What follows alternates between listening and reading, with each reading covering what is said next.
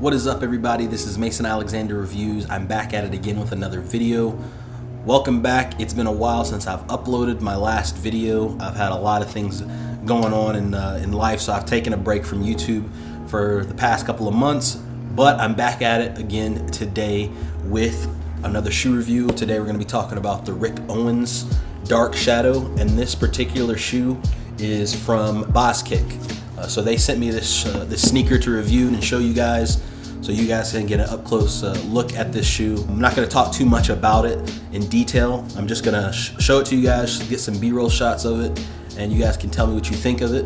Again, this is from Baskick, so we're going to go ahead and unbox this video and get into it. Let's go.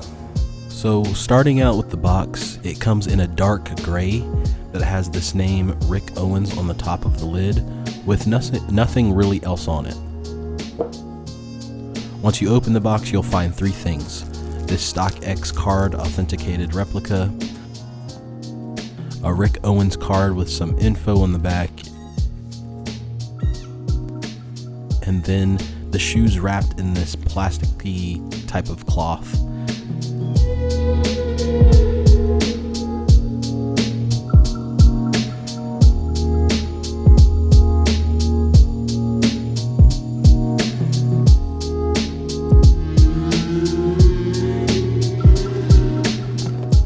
And they also add an extra pair of laces.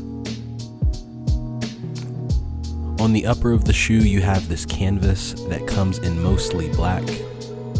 And on the inward part of the shoe, you have this metal zipper near the ankle area. My favorite part of the shoes, personally.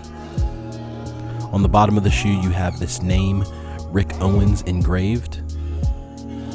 The tongue is really long and wide and can be a bit goofy looking, but that won't really be noticeable on foot, especially when you're wearing pants.